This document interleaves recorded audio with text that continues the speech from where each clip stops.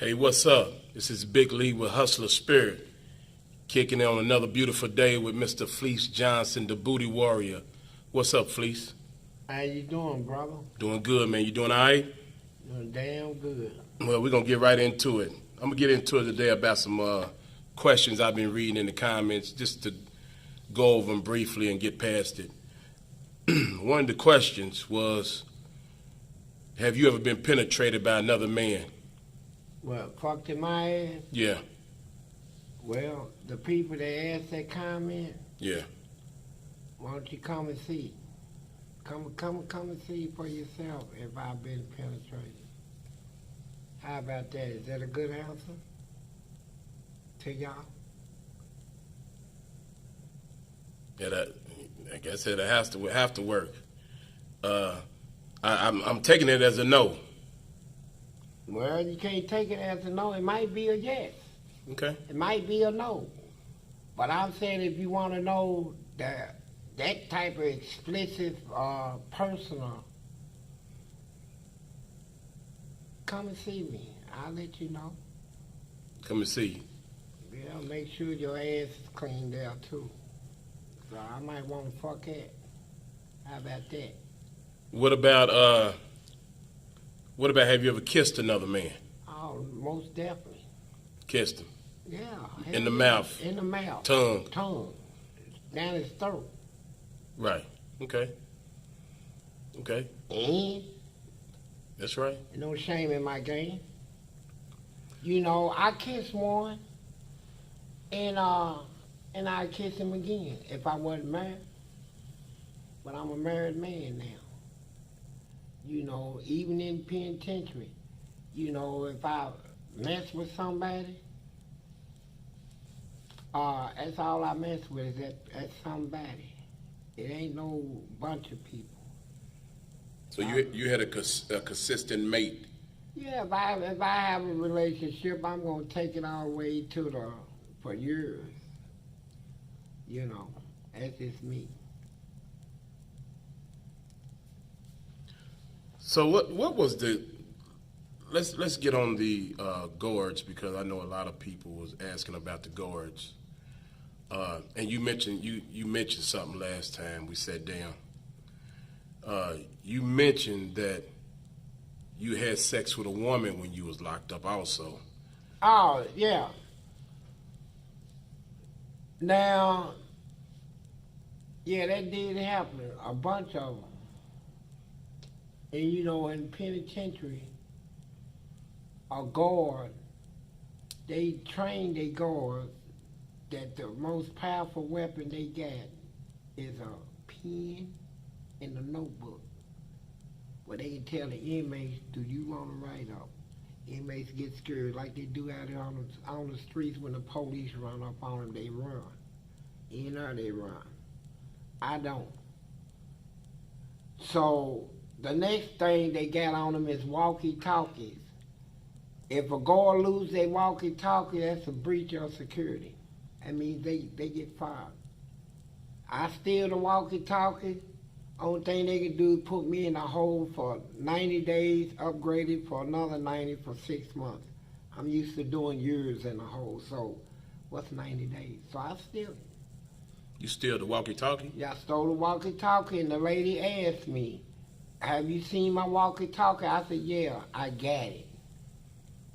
She said, well, I was her janitor. She said, well, I'm going to fire you. I said, go ahead. I come over here as a Turner Furs. They deal with all the furs of the prison. And so I said, you call the Turner Furs, I'm going to tell them I'm going to deny it. They're going to put me in the hole for 90. Then make me do another 96 months. Then they got to let me out of the hole according to the prison policy. Well, 6 months in the hole, I said, you be fired, period. That's a breach of security to lose your walkie-talkie. She said, well, go in front of your door. I went in front of my door. She called me back. She said, what have I ever done to you? I said, you ain't did nothing to me. It's what you ain't done. She said, what's that? I said, grab his dick and suck it. She said, you know what? I'm not going to grab it, and I sure ain't going to suck it. Sent me back to my cell, called me right back out where she sucked it, just to get her walkie-talkie back. I already knew it.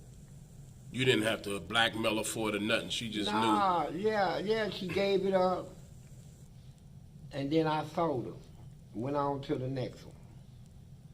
You know, I didn't get caught up in shit like that, cause, like you said, I had a wife in her, a prison wife. And I talked to my prison wife and told her, we need some shit in her. We need to get something popping. We need some money, we need drugs, we need all that. And the only way we're gonna get it is through this bitch out there working. So, that's how we did it. So you was gonna bring in all that with that guard kind of hiding it from you and getting it in there? Yeah, I did get it. Okay. And so that's easy. I didn't have pussy in prison and stuff, but I'm saying this. I got introduced to ass before I got introduced to pussy. I growed up in prison. It's just one of them things, man. The first person I fucked was a man in the ass. In his motherfucking ass. And it was good. Real good. Man, my motherfucking feet twirl. And after that, hey, I ain't never getting out. First of all, let me say this. I'm not gonna make no excuses for myself. I'm not gonna sit here and talk his bullshit about because I've been locked up so long, 40 years, this and that. Fuck all that. I fucked one. I fucked a couple of them. A lot of them. How about that? A bunch of them in their ass. And it was good, and I kissed them. Sucked their nipples and all that shit. Oh yeah, talk to them. You know, wine and dine them. Brought them anything I had. You know, money to buy. And I'm not gonna lie about none of that shit. Prison is a community. Unlike the community we live on out here in society. They got their own community and you know, if you ain't gonna never get out, that's your community. You live the rest of your life in, so what you gonna do? And the main thing that made me not really be concerned about what people think about me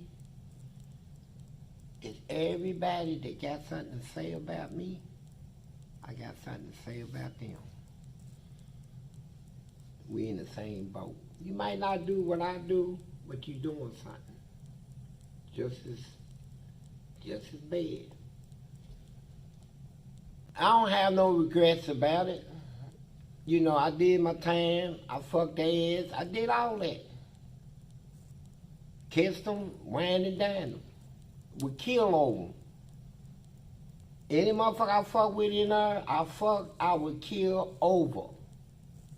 That shit is important to me in there. Booty was motherfucking important. If I didn't have it, hey, what's the use of being alive, man? Some motherfucker gonna give me some ass. We gonna get to the bottom of the booty. I gotta have that to survive in that motherfucker. That's more important than pop, water, beer, anything. Booty. To be able to come. And so, like I said, I didn't think I would ever get out of prison. Cause I've been in, you know, I went down with 12 years. Ended up doing 40 because I kept picking up more time because people kept stepping to me the wrong way. Now I'm going to tell you this though. All you people out there that got something stupid to say about me, fuck you, first of all. I ain't never been accused, never been charged, arrested, or convicted of a sex crime ever in my life. Never. Ever. I don't have that shit. And I'm not registered as a, how you register Sex people. offender. Sex offender. I'm not a sex offender. I don't have that shit on my record. I was a Casanova in that motherfucker. You hear me? Nigga, I could talk a motherfucker out of their heads. I don't have to take shit. Give a motherfucker a couple cans of chili, some noodles, and some pop, and I can fuck whoever. It's just like giving a bitch out here $20 for some ass. You know? It's the same thing. $20 will buy you some good ass in her. $20? Nigga, you get some fire ass in her. And them sisters in there know how to make their ass fire. They clean it out, put oil and shit up in their ass. And nigga, when you go up in there, nigga, you think, oh my God. Nigga, hey, believe me, when they gave me parole, it was at a time when, nigga, I was living good. I never thought I'd get out of prison. I didn't even give a fuck about getting out. Nigga, my life was set in there. Hit everything I want. Anything I want. And they don't even let us smoke in the prison system here in Kentucky no more, but I had cigarettes. I had whiskey, weed. I had all that shit in there. I was the main motherfucker. I made sure I kept all that. Because as long as I got that, I got booty. Booty. I mean good booty. And all you motherfuckers out there talking all that bullshit, you gangsters and how hard you are, I done heard you motherfuckers sitting in my lap in there. So I know how hard you are for real, right? Drugs, I know what drugs will do to a motherfucker. It'll make you sit on his dick. Thank you. All right. Since you brought up the cigarettes, how much money did you make off a pack of cigarettes? I can make $600 off a pack of cigarettes right now in the penitentiary. You got to tell me how, because I can't see. First of all, I'm going to show you. No, because the brand name will be on. Okay, yeah, don't show them. No, I ain't going to show you brand name. They got to send some money if you're going to show them brand name. Okay, I'm going to just show you the cigarette right here. This is a cigarette. If this was in penitentiary, I could take this piece off. That's $5. $10. 15. 20. 25. $35 off of one cigarette. Yeah. You get $5 for each one of these little pieces I broke off. They would take this, re-roll this in a piece of Bible paper. Bible paper that the Bible scriptures. They would roll it because they don't sell papers and stuff since they stopped smoking.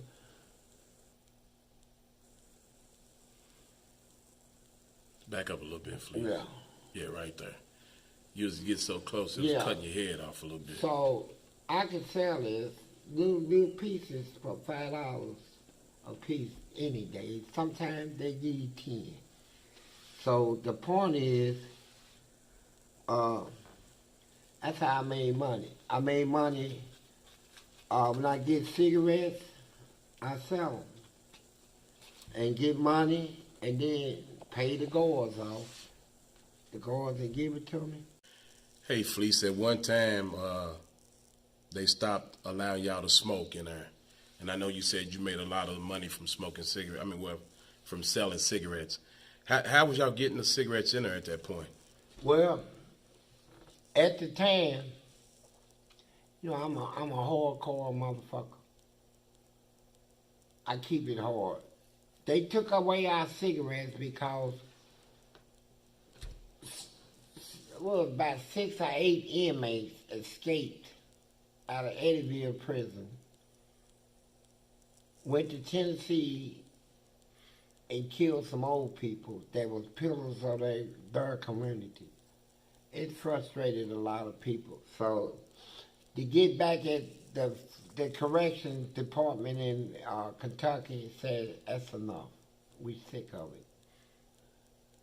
We done did a lot for these inmates, so now they gonna escape and go kill these people. So they start taking away all our privileges. And then the inmates in North Point, Kentucky prison system set fire to the prison. That was all over the TV. They burnt that prison down. So they say, fuck it, we're going to take all the cigarettes and shit. So at the time they took the cigarettes, they done moved me from Eddyville to LaGrange prison, another prison. So the word came down to me, say, hey, Fleece, they done took all the cigarettes and shit, man. And we ain't allowed to smoke in jails, our prisons, our reformatories in Kentucky.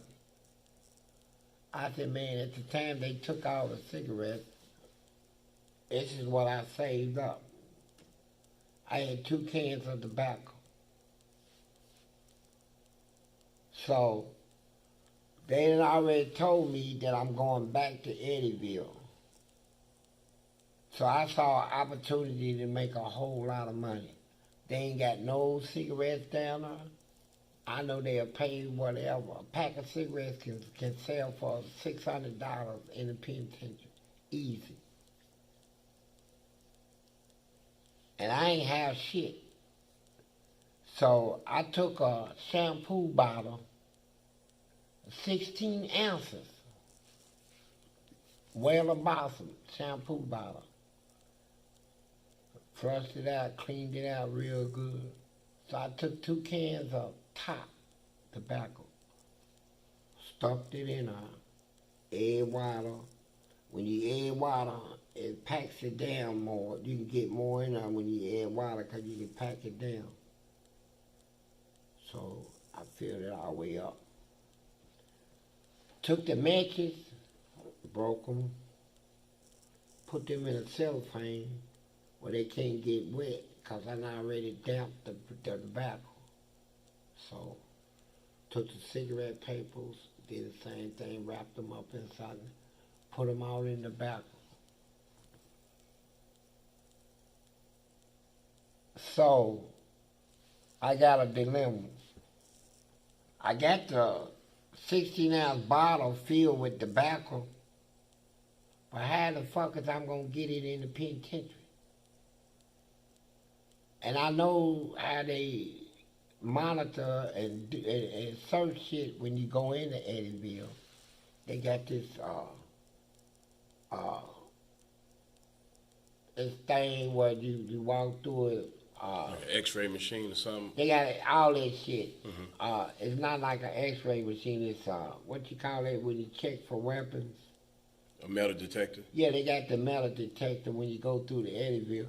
Everybody got to empty their pockets and all that. And then if you come in as an inmate, you got to take off your shoes, your socks, all that, your clothes. So I said, man, they gonna bust me with this, man. But I got to get this motherfucker in there, man, to get that money. So what I said I was gonna do, I'm gonna Kingston it. You gonna who? Kingston. That means put it up my ass. A 16-ounce bottle? How in the fuck you gonna get a 16-ounce bottle that goddamn fat up your fucking ass, bro? Sound impossible to me. Yeah.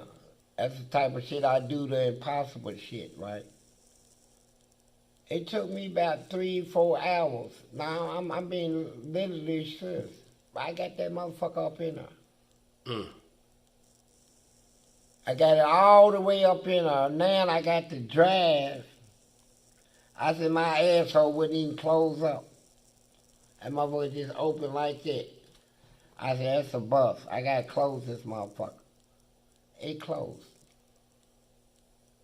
Now we got to drive 300 miles with a bottle up my ass to another penitentiary. So they dressed us, got on the van, there we go. I'm sitting in the thing.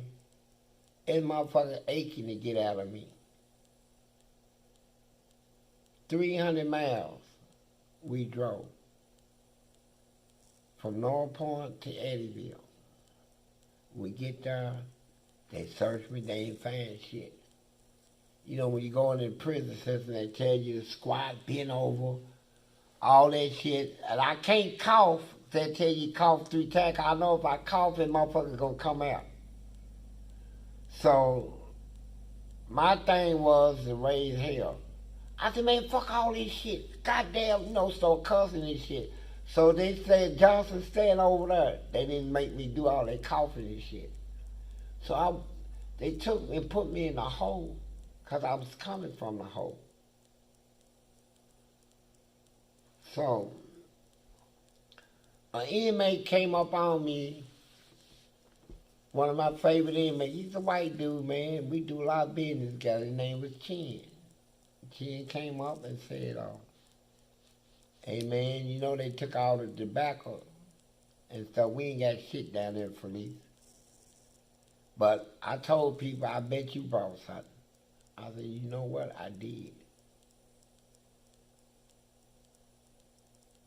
And I said, just let me get it out. As soon as I bent over, that motherfucker went.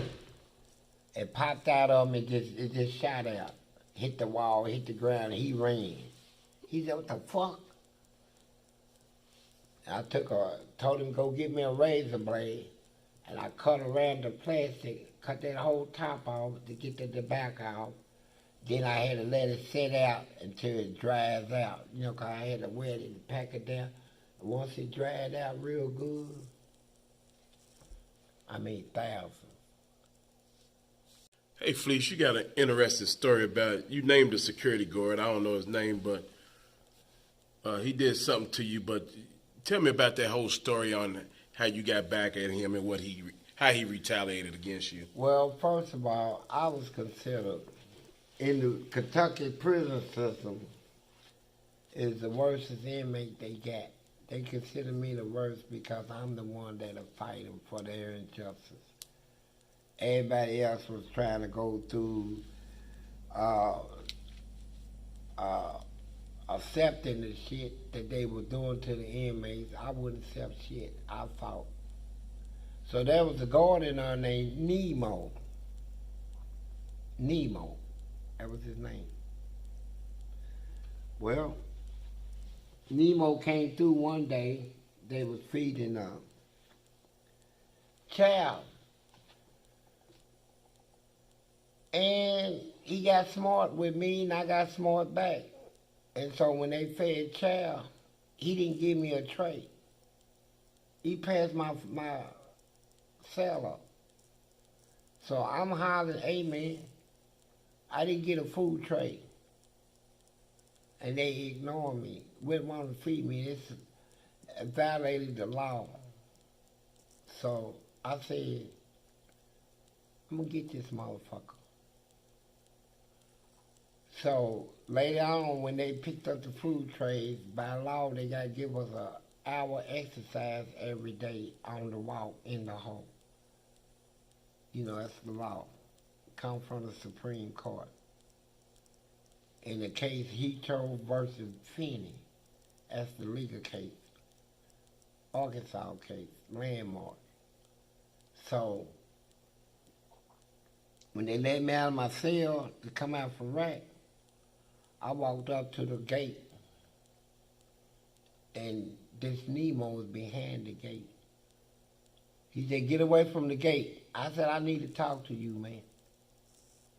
He said, about what? I said, well, I don't want nobody to hear it. Lure me in. So he get up out of his chair and come to the gate. I put my hand in my back, like in my back pocket, but it was down and past my butt. And I shit it. I shit it in my hand. reached through the bars, grabbed this son of a bitch by his shirt like this. Oh, wait a minute.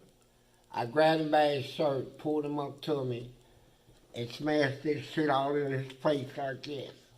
I said, you son of a bitch, that's what you get for not feeding me my motherfucking meal. Well, they left. Came back, you know, they suit up, come in on me, handcuffed me, shackled me to the bed, handcuffs on this, to a steel bed. My ankles was also cuffed to the steel bed. So I'm spread eagle like this. I ain't think nothing about it. So they dropped the tray slot and said, hey, Fleece, somebody's here to see you. I said, yeah. And Nemo stuck his head down there. So they opened my door, and I'm changed to the bed. They come in there, and this motherfucker, nurse, Lisa, that's her fucking name. She told that motherfucker to put that lubricant in the crack of my ass, man. And he did, and he had gloves on. And they took a can of mace and stuck it up in my asshole.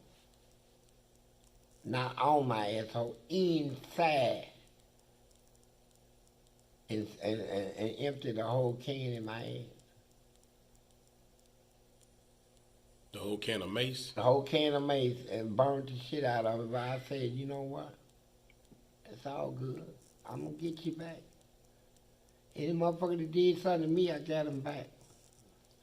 And that's the type of battle that I fought in there. You know, battles like that, they do something to me, I do something to them. Then what I do to them, make them do something to me, and the shit kept going back and forth, you know.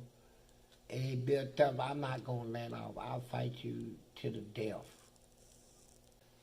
When I went to prison, man, I had these spiritual dreams.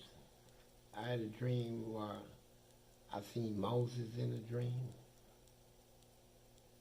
And that dream told me that I'm a descendant from the bloodline of Moses. That's what it revealed to me. I had a dream about Jesus. I seen his birth. You know, it wasn't inside of a villa. You know how they said in the scripture that they found the baby in a manger and swaddling clothes. But his mama, Mary, she was outside. And you read the scripture verse, you realize that the building that they found the baby in, it was fully packed. You couldn't get nobody else in there. So my dream told the truth. You know, she was outside when she had Jesus. You know, outside. You know, and it was early morning hours, and all the stars was out. The sky was blue. And one star was just brighter than the other star. And it had a radiance, a glare coming from the star shining on her body where you couldn't see her nakedness. But you knew who it was. And when her water broke, it was given to me to feel what she felt as if I was having the baby. You know, it felt like every dam in the world burst and it was just full of joy. You know, and I woke up. I had a dream about Jesus when he came back on the day of judgment. And in this dream, I was on a highway, and all the cars and stuff. No, that's a different one. That's when the devil got out of his prison, when I was on the highway. I had that dream, but the dream about Jesus was he came back in a cloud. He was framed in a cloud, like framed in a picture, and people was running in different directions. And a group of them was looking up in the sky. They said, it's Jesus. So I looked up to see what they was looking at. and he was sitting in like a position where no matter where you were in the world, you can see him in the same that I could see him in. And I knew I couldn't run, so I prayed. I just kneeled down and prayed, didn't even try to run. And he spoke to me. And then I seen that tablet in the dream that Moses broke, that Ten Commandment tablet, and he threw it off the thing. I seen that in the underground cave, water cave. And where they said the verse was written in the hand of God, and they was just swaying back and forth like that, these words like this. It was so beautiful, right? I seen that. I seen a whole lot of stuff. I bet in 40 years in prison. Well, prison will reveal a lot of things to you. And so that's what caused me to do my research in religion. I studied all religion, not read it, studied. I studied all religion. I studied everything about the Catholics. I studied everything about Jesus. I studied everything about the Muslims. I read all about the Prophet Muhammad in the year 600. I read about his family, his siblings, his sister. When he went to the holy city Mecca, he went 3 miles from Mecca is a cave that he went in where he received his revelation from the angel to teach Islam. So I read all about that and I studied that. And I studied everything dealing with Moses and with Jesus and with all the other prophets. I studied everything dealing with Malcolm X, Wallace D. Muhammad, when Islam was brought to America, why. I studied all that. So I'm very well versed in religion and a whole lot of other subjects. When did you get into that study? I know it wasn't the first few years you was in there. You was young. Is it when you started changing later on in your life? Well, when I went into prison, I went in with to fight, to battle injustice inside the prison system. So I'm in the midst of fighting battles, and at the time I'm fighting all these battles, all this stuff was revealed to me, and it aggravated me because I lived my whole life not believing in God or Jesus or in the scriptures or in anything spiritual. I thought was fairy tale myth. But to have it revealed to you at the time where you fighting and battling, I took offense to it because I was like, why did you wait till I was so full of sin to reveal yourself to me? Now it would take almost like my life to get this stuff out of me to serve you. And it was so frustrating. And one day I went in prison, and it's documented. Everything I tell you is documented. It's on files, it's on record. I went 21 days without eating. And the reason for it was there was a lieutenant in the prison. I'm in the hole, segregation. That's a place they put people that they say violated a prison rule, broke a rule or something in prison. They put them in the hole. We call segregation the hole. So I was in the hole, and this lieutenant came through with some milk. And he threw a whole pitcher of milk in my face.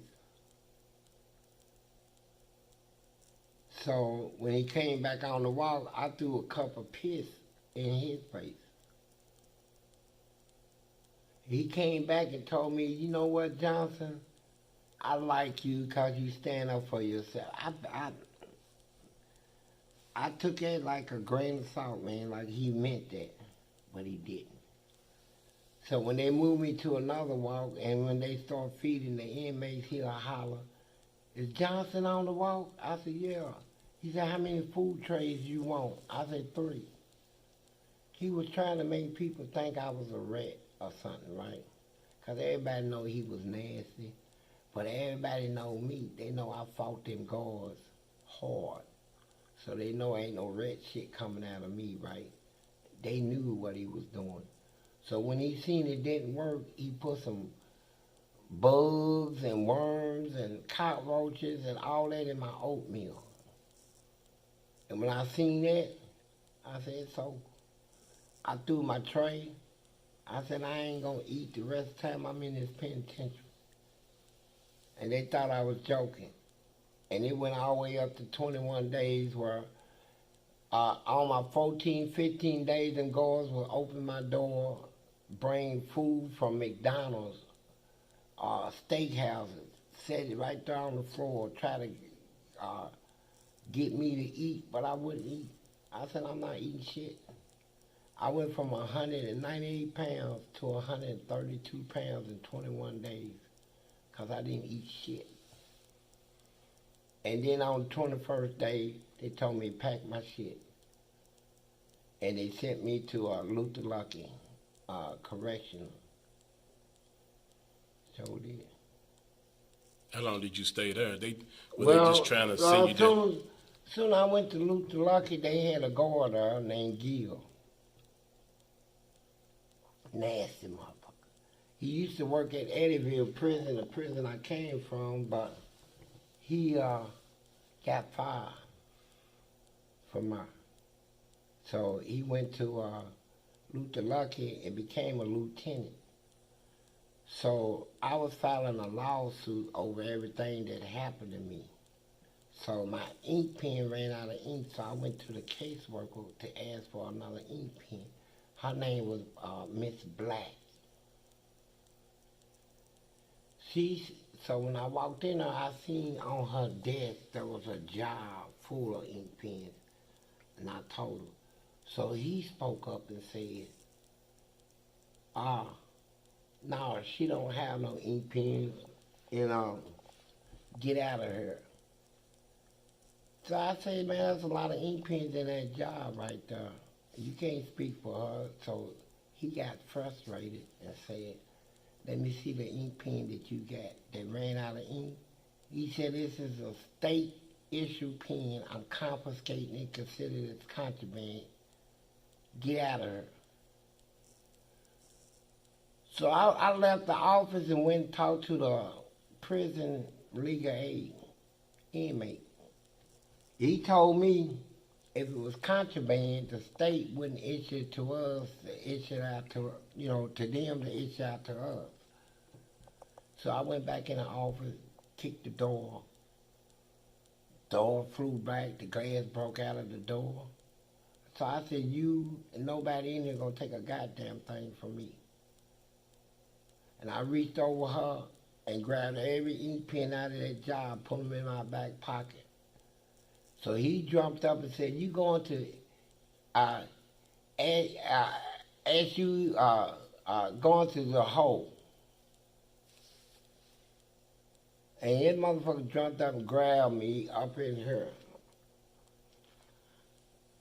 I broke his grip, and I threw everything I had at this motherfucker. I mean, this is a real fight. I'm throwing the motherfuckers hard. I whooped shit out of this bitch. And so she jumped up, she ran out in the hallway, screaming. So I ran out there to get her, bring her back in the office. She fell, her dress went up. So all the inmates came out and they was hollering, man, that's pussy. Man, look at that pussy, her panties out. So I was aware of that, right?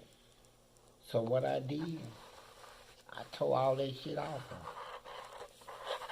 Tore all of it off of her. She laying out there butt naked. She laying out there naked. And I done whooped his ass. He laying on the floor. So I told somebody to give me a goddamn pillowcase. Motherfucker went in they dorm and brought a pillowcase. I put it over here. I said, take this bitch. So the inmates took her in the bathroom, did whatever they wanted to do to her. And then the people up front, when they heard about it, here they come down inside the prison with guns and stuff. So I came outside. I had a broken piece of a chair leg. It was shaped like an icicle.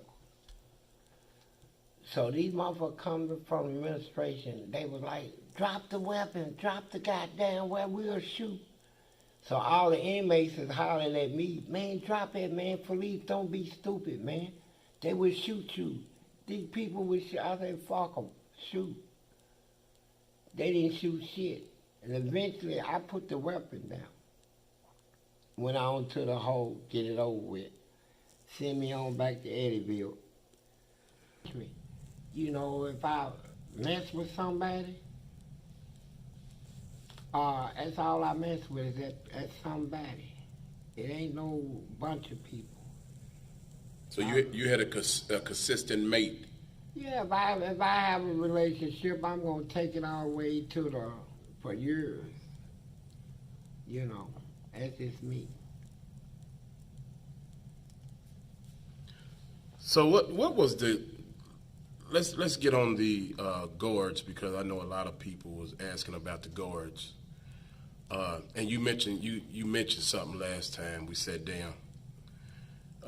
You mentioned that you had sex with a woman when you was locked up also. Oh, yeah. Now, yeah, that did happen. A bunch of them. And you know, in penitentiary, a guard, they train their guards that the most powerful weapon they got is a pen and a notebook, where they can tell the inmates, do you want to write up? Inmates get scared like they do out there on the streets. When the police run up on them, they run. In there they run. I don't. So the next thing they got on them is walkie-talkies. If a guard loses their walkie-talkie, that's a breach of security. That means they get fired. I steal the walkie-talkie. Only thing they can do is put me in a hole for 90 days, upgraded for another 90 for 6 months. I'm used to doing years in a hole, so what's 90 days? So I steal it. You steal the walkie-talkie? Yeah, I stole the walkie-talkie, and the lady asked me, have you seen my walkie-talkie? I said, yeah, I got it. She said, well, I was her janitor. She said, well, I'm going to fire you. I said, go ahead. I come over here as a Turner Furs. They deal with all the furs of the prison. And so I said, you call the Turner Furs, I'm going to tell them I'm going to deny it. They're going to put me in a hole for 90. Then make me do another 96 months. Then they got to let me out of the hole according to the prison policy. Well, 6 months in the hole, I said, you be fired, period. That's a breach of security to lose your walkie-talkie. She said, well, go in front of your door. I went in front of my door. She called me back. She said, what have I ever done to you? I said, you ain't did nothing to me. It's what you ain't done. She said, what's that? I said, grab his dick and suck it. She said, you know what? I'm not going to grab it, and I sure ain't going to suck it. Sent me back to my cell, called me right back out where she sucked it, just to get her walkie-talkie back. And I already knew it. You didn't have to blackmail her for it or nothing. She just knew. Yeah, she gave it up, and then I sold her. Went on to the next one. You know, I didn't get caught up in shit like that cause, like you said, I had a wife in our prison wife. And I talked to my prison wife and told her, we need some shit in her. We need to get something popping. We need some money, we need drugs, we need all that. And the only way we're gonna get it is through this bitch out here working. So that's how we did it. So you was gonna bring in all that with that gourd kind of hiding it from you and getting it in there? Yeah, I did get it. Okay. And so that's easy. I didn't have pussy in prison and stuff, but I'm saying this. I got introduced to ass before I got introduced to pussy. I growed up in prison. It's just one of them things, man. The first person I fucked was a man in the ass. In his motherfucking ass. And it was good. Real good. Made my motherfucking feet twirl. And after that, hey, I ain't never getting out. First of all, let me say this. I'm not going to make no excuses for myself. I'm not going to sit here and talk his bullshit about because I've been locked up so long, 40 years, this and that. Fuck all that. I fucked one. I fucked a couple of them. A lot of them. How about that? A bunch of them in their ass. And it was good, and I kissed them. Sucked their nipples and all that shit. Oh yeah, talk to them. You know, wine and dine them. Brought them anything I had. You know, money to buy. And I'm not gonna lie about none of that shit. Prison is a community. Unlike the community we live on out here in society, they got their own community and you know, if you ain't gonna never get out, that's your community. You live the rest of your life in, so what you gonna do? And the main thing that made me not really be concerned about what people think about me is everybody that got something to say about me, I got something to say about them. We in the same boat. You might not do what I do, but you doing something just as bad. I don't have no regrets about it. You know, I did my time. I fucked their ass. I did all that. Kissed them, whined and dined them. We kill over them. Any motherfucker I fuck with in there, I would kill over. That shit is important to me in there. Booty was motherfucking important. If I didn't have it, hey, what's the use of being alive, man? Some motherfucker gonna give me some ass. We gonna get to the bottom of the booty. I gotta have it to survive in that motherfucker. It's more important than pop, water, beer, anything. Booty. To be able to come. And so, like I said, I didn't think I would ever get out of prison. Cause I've been in, you know, I went down with 12 years. Ended up doing 40. Because I kept picking up more time. Cause people kept stepping to me the wrong way. Now I'm gonna tell you this though. All you people out there that got something stupid to say about me, fuck you, first of all. I ain't never been accused, never been charged, or arrested, or convicted of a sex crime ever in my life. Never. Ever. I don't have that shit. And I'm not registered as a, you know, how you register sex people. Offender. Sex offender. I'm not a sex offender. I don't have that shit on my record. I was a Casanova in that motherfucker. You hear me? Nigga, I could talk a motherfucker out of their heads. I don't have to take shit. Give a motherfucker a couple cans of chili, some noodles. Hey, Fleece, I'm gonna ask you a question. It might be I ain't even gonna say it's personal. It's personal, but I've had people ask me this. I know you're married now to a woman, but do you miss prison? Nah, I miss booty. That's what I miss, booty. You know, yeah, I'm married now, out of here. Pussy this, pussy that, all that shit. Nigga, the first piece of sex I had was booty. I went in, don't forget, I went into prison, man. I was in jail at 14, turned 15 in jail, hit prison at 16. I growed up in the penal system.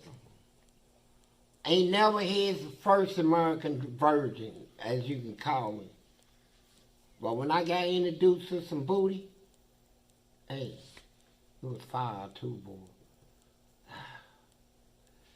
Made me close my eyes, man, when I came. But I'll tell you what, you know, I like booty. And yes, my wife will see this. But I already told her, honey, I love you. And she knows I love her. And I'll never cheat on her, which I won't. But I tell her the truth. I miss booty. And she don't do the booty thing, but that's why I miss it. I need some butt. So I'm telling you this. And I brought this to my wife's attention. And she said no. But I'm going to tell you right now on camera, if there's anybody out there that can help me on some booty, contact me, please. Can you do that for me? The booty man? Can you contact my manager and let him know that you send us some pictures? I want to see what you got. I don't care if it's hairy or what. I miss booty. So if you can help me, I ain't asking for a change. I ain't asking for $2 or $3. I'm asking for some booty. Can you help me out on some booty? Any of you? Now y'all want to keep it real. I want to know who out there can help me get some booty, man. Now I ran this across my wife. She said, "No, if I find out you doing it, we gonna divorce." But you know what? I'm gonna say it out here on camera. I believe that's what has really got me bitter out of here. You know, the whole time I've been out of prison, man, I've been bitter for real. You know. I ain't got no ass. Just to hug up on an ass. I don't give a fuck if it comes with a set of nuts or a pole hanging. Fuck that. Good ass, man. Oh my God. Let me close my eyes and just. The booty man is just really deeply searching for somebody that want to be nice to me. Now, if you want to know if I ever took dick in my ass or anything else, contact me. You know, we can work this out, right? What have you did? You asked me what I done done. Are you interested in me? Booty me. For you.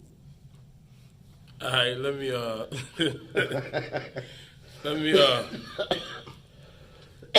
let's switch lanes real quick. What's you said you hustle cigarettes and drugs and whiskey. Where the whiskey come from? They was actually bringing whiskey in there? I do the guards, the male guards the same way. They know I was off the chain. I didn't play. They know I didn't give a fuck about going to the hole. I didn't care about no outside chores or nothing. When I come to you And I tell them guards, you'd be surprised how many guards in prison are gay. We had a captain, and this is true talk. He running his mouth. He talk about his brother. I ain't gonna have to call his name out, but if he's watching this video, he knows I'm talking about him. He said his brother was a what they call that thing in the army where they special trained. Special forces. Yeah, special forces. His brother. He said my brother's getting ready to come work in the prison.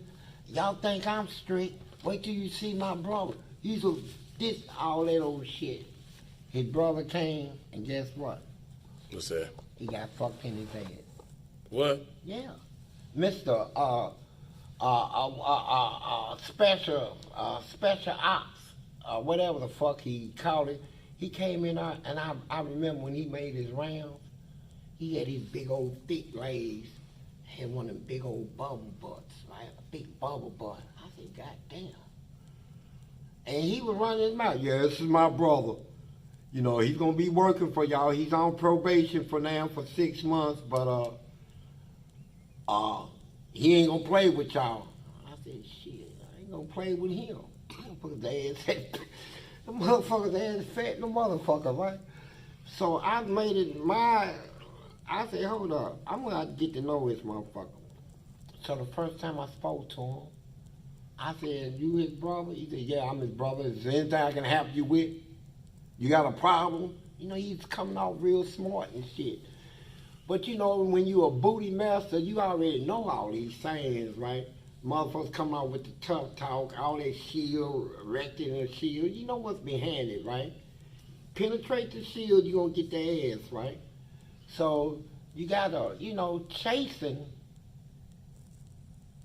is better than a real thing. Just chasing for some ass is better than getting it. You know, you chase after it, you know, it's just, and then the day you get it, it'd be like, oh my God. All right, Fleece. What about the people that say if you ever been penetrated or penetrated a man, that automatically means you're gay? What you got to say about that? First of all, I would tell them you correct. First of all, you know, we're going to keep it true. Whatever is true is true. Whatever is and isn't. But here's one thing I want to say to the gay community out there. I love y'all. And you know what? It's like disturbed me that I'm on this camel being persecuted, so to speak, you know. And all the gay people worldwide could come to my assistance, you know, in this, right? We have rights, you know. I have a wife now, and she's not gay or nothing like that. She's a beautiful woman. But, you know, I have been gay in my life. And I'm not going to sit there and say I haven't been when I know I have been. And I enjoyed it. And I enjoyed it because gay people to me were some wonderful people, man. I mean, they just so nice and sweet and kind and giving and intelligent. You know, and when I got out of prison, right, I went on and got me a wife, right? And I'm glad I got her because she's intelligent too, right? Sweet and kind and all that. But here's the thing. I'm asking all the gay people to come to my aid. Subscribe to this site and hear what I got to say, right? Because I'm not only speaking for me, I'm speaking for you.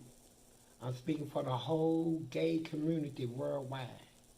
So I want you to pay close attention to this. I love you and thank you.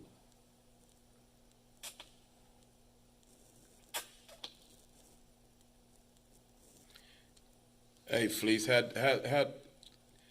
let's stay on this topic because you told me how powerful the gays are in prison. I don't think people quite caught it. So, how powerful are they? A gay person in prison. Let me just go on and speak on that.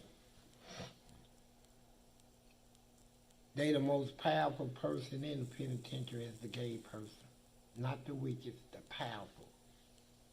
Because people in there would kill over a gay person. If you disrespect them, talk to them stupid, they would kill over it. And gay people got a lot of power in the prison system. They conduct themselves proper too.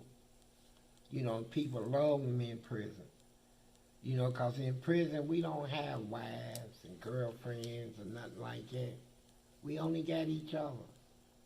And once you get past that 15 years, you good to go, man. You ready to bust your nuts. Give your nuts some relief.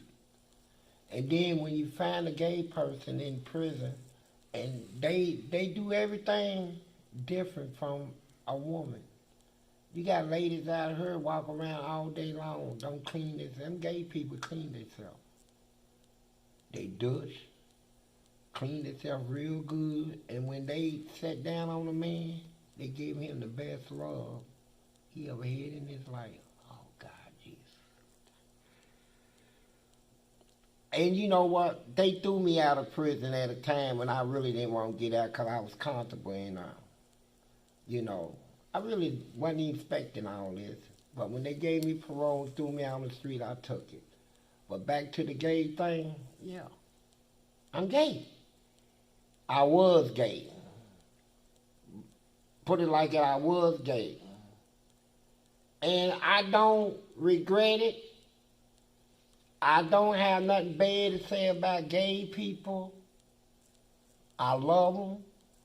And like I said, I'm kind of sad that all you gay people all over the world, man. Y'all watch this interview, y'all see what I'm under, man. And y'all won't even come to support me. And I'm supporting you right now.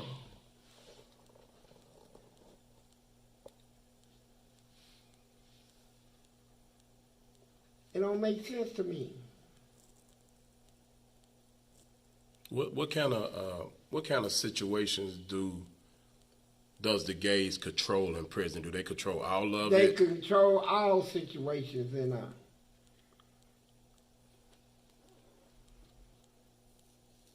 You got people that go in prison, they go under this shit where they feel like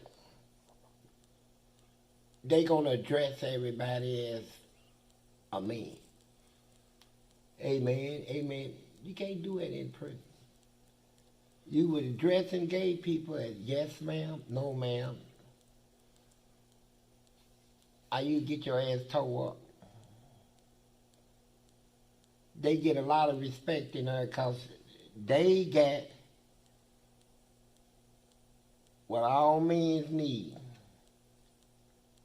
Satisfaction, relief.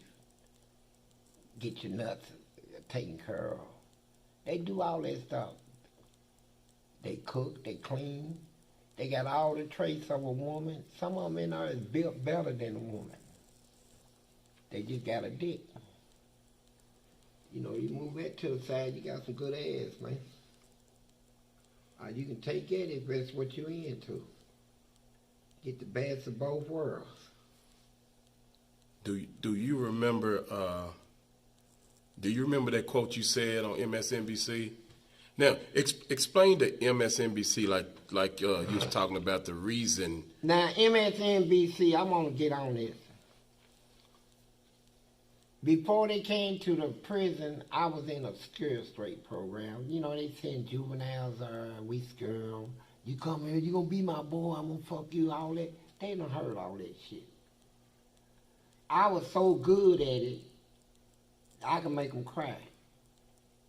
A lot of the people I spoke to turned into preachers and everything. They stayed out of trouble.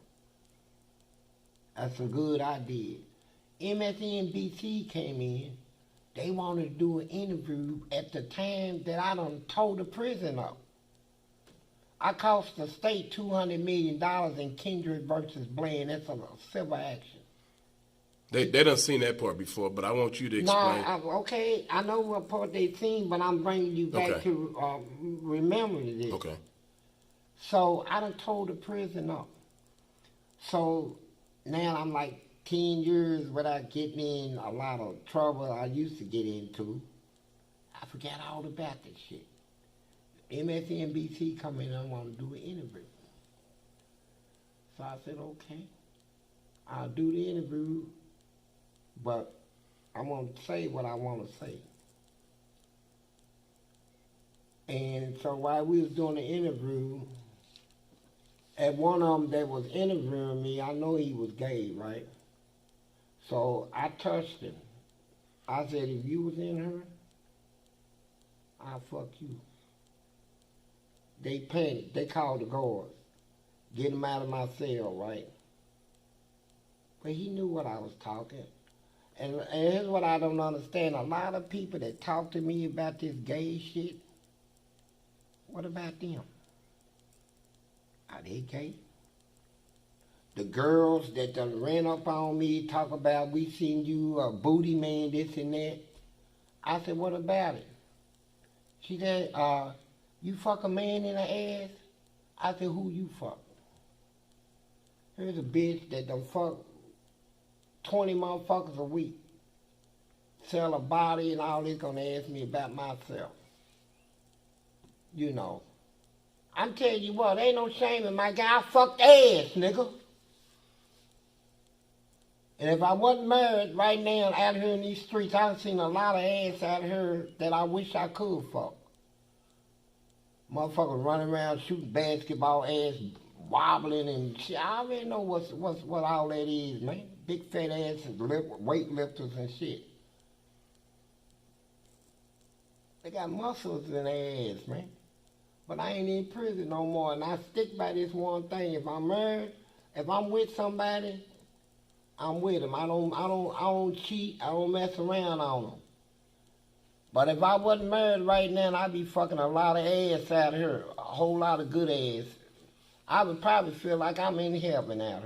Hey, Fleece, you got an interesting story about, you named the security guard. I don't know his name, but he did something to you. But tell me about that whole story on how you got back at him and how he retaliated against you. Well, first of all, I was considered in the Kentucky prison system is the worst inmate they got. They consider me the worst because I'm the one that'll fight them for their injustice. Everybody else was trying to go through accepting the shit that they were doing to the inmates. I wouldn't accept shit. I fought. So there was a guard in there named Nemo. Nemo. That was his name. Well, Nemo came through one day. They was feeding a child. And he got smart with me and I got smart back. And so when they fed child, he didn't give me a tray. He passed my cell up. So I'm hollering, hey man, I didn't get a food tray. And they ignored me. Wouldn't want to feed me. This violated the law. So I said, I'm going to get this motherfucker. So later on, when they picked up the food trays, by law, they got to give us an hour exercise every day on the walk in the home. You know, that's the law. Come from the Supreme Court. In the case Heato versus Finney, that's the legal case. Arkansas case, landmark. So when they let me out of my cell to come out from rack, I walked up to the gate, and this Nemo was behind the gate. He said, get away from the gate. I said, I need to talk to you, man. He said, about what? I said, well, I don't want nobody to hear it. You know, to lure me in. So he get up out of his chair and come to the gate. I put my hand in my back, like in my back pocket, but it was down past my butt. And I shit it. I shit it in my hand. Reached through the bars, grabbed this son of a bitch by his shirt like this. Oh, wait a minute. I grabbed him by his shirt, pulled him up to me, and smashed this shit all in his face like this. I said, you son of a bitch, that's what you get for not feeding me my motherfucking meal. Well, they left. Came back, you know, they suit up, come in on me, handcuffed me, shackled me to the bed, handcuffs on this, to a steel bed. My ankles was also cuffed to the steel bed. So I'm spread eagle like this. I ain't think nothing about it. So they dropped the tray slot. They said, hey, Fleece, somebody's here to see you. I said, yeah. And Nemo stuck his head down there. So they opened my door, and I'm changed to the bed. They come in there, and this motherfucker, nurse, Lisa, that's her fucking name. She told that motherfucker to put that lubricant in the crack of my ass, man. And he did, and he had gloves on. And they took a can of mace and stuck it up in my asshole. Not on my asshole, inside. And emptied the whole can in my ass. The whole can of mace? The whole can of mace, and burned the shit out of it. But I said, you know what? It's all good. I'm going to get you back. Any motherfucker that did something to me, I got him back. And that's the type of battle that I fought in there. You know, battles like that, they do something to me, I do something to them. Then what I do to them, make them do something to me, and the shit kept going back and forth, you know. And it built up, I'm not going to let off. I'll fight you to the death. Yeah. All right, Fleece. I know it's something that really bothers you, and I'm gonna give you a chance to re-emphasize and talk about people turning that MSNBC interview that the point of time where you didn't think you was gonna ever get out. They used it to change the narrative on how you was living your life, and because you thought you was never getting out, you kind of went with it for the shock, for the TV program. But go ahead and tell us the truth, or how you really feel about being called a rapist and a savage when it comes to that. Hey, you know what? White people in America, man. Hey, that motherfucker. You know what I'm saying? And like, I ain't never raped a person in my life, brother. I don't never been accused of it. I ain't never been charged with rape. Never been convicted of rape. But they got everybody in America think I'm a serial rapist. I'm not even registered. You know, if you're a rapist, they register you as a sex offender. I'm not a sex offender. I'm not registered. I never had a sex offended charge. So, it's a cover-up. They coming at me, calling me all this bad shit because of the bad shit they done to me. They trying to cover it up. They don't want society to know how they treated me inside that penitentiary system. They don't want me to know, they don't want society to know that I cost the corrections department $200 million in a lawsuit, Kendrick versus Bland. 200 million. Where at the moment it caused them to shut down one of their major reformatory prisons, LaGrange. Men shut the whole prison down because they budget. That $200 million took a whole lot out of them, and they blame me for that. They blame me for that. They blame me for tearing up the lecture. Yeah, when Martha Lane Collins was governor of Kentucky, I tore up the lecture, and it was in the Courier Journal newspaper that it cost $650,000 to repair damage done just in that one room. When you count all the shit I tore up, I was costing these people over $1 million a year. Turn up all this shit. I tore up everything I get my hands on. So to get back at me, I'm a person that is fighting for the inmates. I'm fighting for the prisoners to get respected, to get what the law requires us to be given. And they didn't like it. And so I fought them. I fought them legal. I fought them physical. I fought them on all fronts. And I won. And so now, to get back at me, they come out with this shit. Well, we're going to put you on the streets after 40 years. We're going to tell everybody in society that you're a serial rapist. And I never had a rape charge in my life. Now, here's the thing. They covering up something.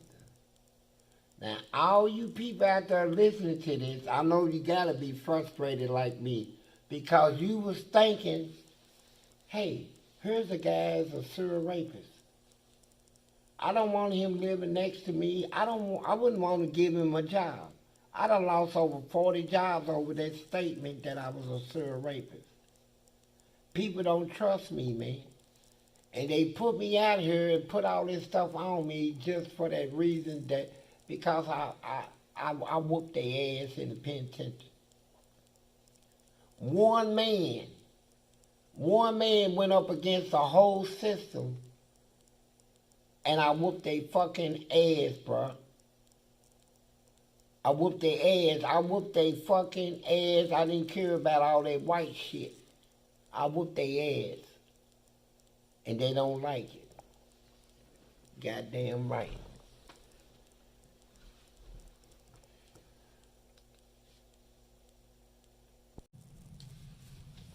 Go ahead, Fleece. All right, here's one thing I want to talk about for real. I'm glad all this is out in the open. Just get it off your chest, right? I want all the gay people out there to know, yeah, I'm well endowed. I'm packing 12 and a half. Fat. I got a big old bubble ass on me. And people keep asking me, as fat as my ass is, and round and perfect, have you been penetrated? Did they get you? Well, like I said in the beginning, earlier in this interview, if you want to know that information out, come and see me. You know, I'm a married man now. So, that's all. Me answering that question, I'm going to leave it for you to use your own imagination. Now, another thing I want to talk about is a lot of things I say in this interview, y'all probably say bullshit. It never happened. It's documented. Anything I say in this interview, or any interview, is on record and it's documented. So before you sit there and try to wonder if it's true or not, it's true. It's documented, it's on record, it's on files. It can't nobody say it ain't true. When I said the warden shot me, he shot me. When I said I was put in a dungeon, when I said I done been maced over 500 times since in that 40 years and been tasered round about 500-600 times and electrified and tasered and put through all that. I done been through all that. I'm the one that changed the penitentiary system here in Kentucky. Me. Came in at 16 and changed that whole penal system. The laws, the policies, the rules and regulations. I did it. And that's why they mad at me. I cost the state $200 million. The Department of Corrections here in Frankfort, Kentucky. Kendrick versus Bland, that's the civil action. Cost them $200 million. I did. So when MSNBC took this interview, they done already had it laid out, mapped out, that only thing they want to do is make me look bad. Then throw me on the streets where I can't get a job, can't get this and that, because this booty warrior shit makes me look like I'm just a rapist. I ain't never took nobody's booty. Never been charged, convicted, or none of that shit. In prison and out of prison, I don't have it on my record of taking shit from nobody. And I done lost over 40, 50 jobs because the people I worked for thought I was a rapist, thought that I was like a register or sex, I had a register under the sexual thing. I ain't under none of that. I'm a smooth motherfucker. If I want you and I like you, I'm gonna get you. I got to have you. That's how I was in her. If I like you and I want you, I got you.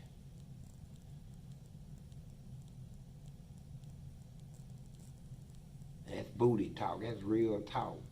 Now, the only thing else I want to say, this is to all the people out there that I look up to. All my niggas were my brothers in the rap business, music industries, and stuff like that. And this is a shout out to one of my favorite person, Gayle King. I just love her to death, man. And I wish one day I could do an interview with Gayle King. Because Gayle, I would tell you stuff. And I know you. I know you gonna do your research. I know you, when you find out all the stuff that was done to me while I was locked up, oh God, it brings tears to your eyes. But Gayle, this is my first step right here. And I'm talking to Gayle King. I got stuff that will show a bizarre, what's the word to use? It ain't even about booty. It is about racial discrimination, crimes against humanity that were done to me. And all, like I said, all this stuff is documented if you can get the films. Because they, like in Kentucky, Gayle, they record all this.